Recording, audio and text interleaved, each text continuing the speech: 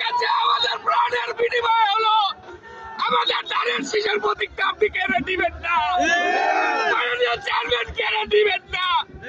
আমরা বিএনপির বাইরে যেতে পারবো না, আপনার আদর্শের বাইরে যেতে পারবো না, আমরা মরে যাবো তবুও যেতে পারবো না। আমাদের ধানের শীষের প্রতীকটা আপনি আমাদের কাছে ফিরিয়ে দেন, আমাদের কোন জোরে নিবেদন আপনি দয়া করে ফিরিয়ে দেন চেয়ারম্যান, মাননীয় চেয়ারম্যান আমাদেরকে ফিরিয়ে দেন, আমাদেরকে ফিরিয়ে দেন মাননীয় চেয়ারম্যান। আমাদের এখান থেকে আন্দোলনের আতুরঘর, পোলা আন্দোলনের আতুরঘর মাননীয় চেয়ারম্যান। পোলা কি জিনিস আপনি নিজেও অবগত জানেন।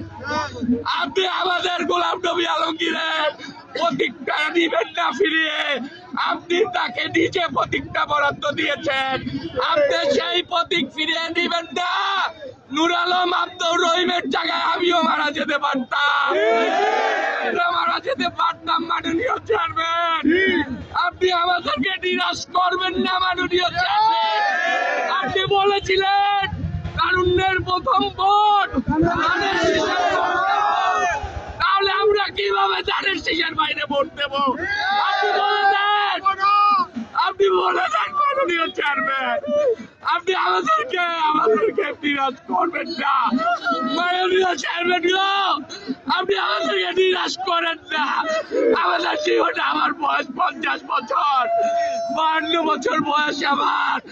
আমি 38-39 বছর বিএনপি করি। আমি কোনো পদ পদবীর জন্য কখনো লড়াই করিনি, আমি শুধু বিএনপিকে ভালোবেসে গিয়েছি। মাননীয় চেয়ারম্যান আপনি আমাদের প্রতীকটা কেড়ে নিবেন না। ম্যাডাম জিয়া নেই, আমরা এতিম,